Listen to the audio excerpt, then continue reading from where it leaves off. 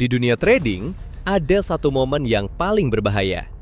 Bukan ketika harga jatuh, bukan ketika volatilitas meningkat, tetapi ketika market membuat semua orang percaya bahwa tren telah berubah. Saat trader mulai mengejar harga, institusi justru mulai mempersiapkan distribusi berikutnya. GBP USD saat ini sedang berada di persimpangan yang sangat menarik. Setelah mengalami penurunan tajam selama beberapa minggu, pasangan mata uang ini akhirnya menunjukkan tanda-tanda kehidupan. Namun, apakah ini benar-benar awal dari tren bullish baru? Atau hanya retracement sebelum seller kembali mengambil alih market? Di video kali ini, kita akan membedah pergerakan GBP USD dengan cara fundamental, teknikal, hingga skenario trading paling rasional. Analisa fundamental. Mari kita melihat Amerika Serikat terlebih dahulu. Data inflasi beberapa periode terakhir mulai bergerak turun secara bertahap. Ini memberikan harapan bahwa tekanan harga mulai mereda. Namun pasar tenaga kerja masih menunjukkan ketahanan. Tingkat pengangguran relatif rendah, lapangan pekerjaan tetap bertambah, dan upah masih tumbuh. Kondisi ini membuat Federal Reserve belum memiliki alasan kuat untuk terburu-buru melonggarkan kebijakan. Artinya meskipun market berharap suku bunga akan turun, The Fed tetap akan bergerak berdasarkan data. Dan selama data ekonomi masih cukup kuat, dolar tetap memiliki pondasi fundamental yang kokoh. Sekarang kita beralih ke Inggris. Situasinya sedikit berbeda. Inflasi Inggris memang masih lebih tinggi dibanding target. Tetapi pertumbuhan ekonominya berjalan lambat. Inilah dilema terbesar Bank of England. Jika suku bunga dipertahankan terlalu tinggi, aktivitas ekonomi dapat semakin melemah. Namun jika diturunkan terlalu cepat, inflasi bisa kembali meningkat. Ketidakpastian inilah yang membuat pound sterling bergerak lebih hati-hati. Investor tidak memiliki keyakinan penuh untuk melakukan akumulasi besar-besaran. Analisa teknikal. Sekarang mari kita masuk ke chart. Terlihat jelas bahwa struktur besar masih didominasi tekanan bearish.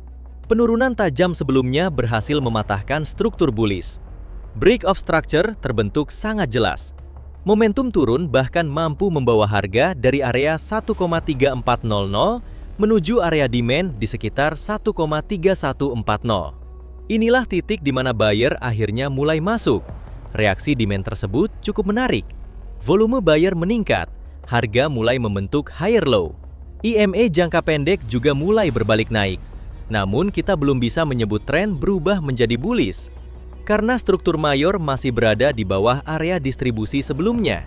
Dengan kata lain, yang sedang terjadi sekarang lebih menyerupai retracement dibanding reversal.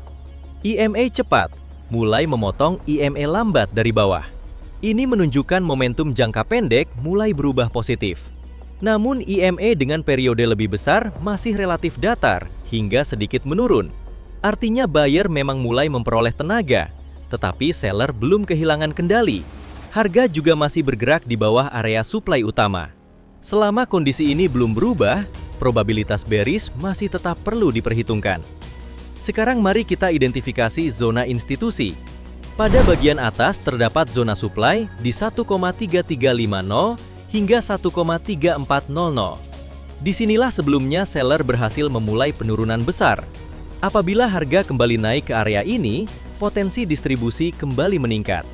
Lalu area resistance terdekat berada pada 1,3280 hingga 1,3320. Area ini menjadi penghalang pertama bagi buyer. Jika gagal ditembus, harga berpotensi kembali melemah. Pada bagian bawah terdapat area support berada di 1,3210 hingga 1,3170. Selama harga tetap berada di atas area ini, rebound masih memiliki peluang berlanjut. Lebih dalam lagi, ada zona demand utama berada di 1,3150 hingga 1,3100. Zona inilah yang sebelumnya memicu pembalikan harga. Jika buyer kembali mempertahankan area ini, potensi kenaikan masih terbuka. Skenario trading. Skenario pertama, bullish. Apabila harga mampu bertahan di atas support, Konfirmasi berikutnya ketika breakout di atas resistance 1,3280 hingga 1,3320. Maka target berikutnya berada pada zona supply 1,3350 hingga 1,3400. Namun trader tetap perlu menghindari entry saat harga sudah terlalu jauh dari area breakout. Skenario kedua, bearish. Apabila harga gagal menembus resistance dan membentuk rejection yang jelas dengan candle bearish dengan volume besar di area resistance, maka target pertama akan mengarah ke area support 1,3210 hingga 1,3170. Jika berhasil ditembus, maka perhatian market tertuju pada zona demand utama di kisaran 1,3150 hingga 1,3100. Break di bawah zona demand akan mengonfirmasi kelanjutan tren bearish. Banyak trader kehilangan modal bukan karena analisa mereka buruk, tetapi karena mereka memaksa market mengikuti keinginan mereka. Padahal market tidak pernah memiliki kewajiban untuk memenuhi ekspektasi siapapun. Sampai jumpa di analisa berikutnya. Jika kamu merasa analisa seperti ini membantu kamu membaca market, jangan lupa like, subscribe, dan bagikan ke sesama trader. Trade smart, manage risk, dan semoga profit konsisten.